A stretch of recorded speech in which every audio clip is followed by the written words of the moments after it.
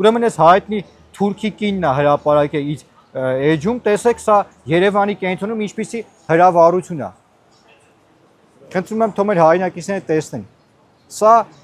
ես ուզում եմ հասկանամ Ռոբերտ Քոչարյանին, թե ինչիդ վրա է սալյուտ խփում, պոռնիկ, որ հորը ճիրի մեջ զուգա դառը, արա,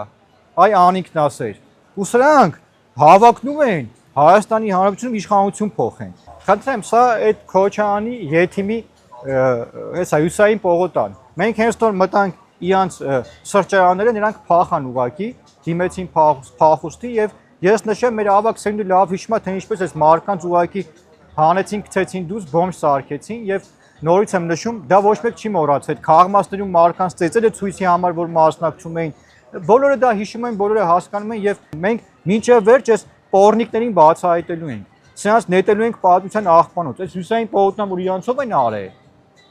Եվս մեկ անգամ նշում եմ, այդ որ կեսը հարսի անունով է, կոպեկներով շենքեր են գնել կենտրոնում։ Ինչ մարսելու է, այն մի հարցնել են, որ կլիպա նկարեն, լոխը դերասան կապիկություն անում, իմ սիրտն եմ տալի, քո սիրտը ոչ մեկին պետք չի, ապօրինի գույքն ես բերելու տաս։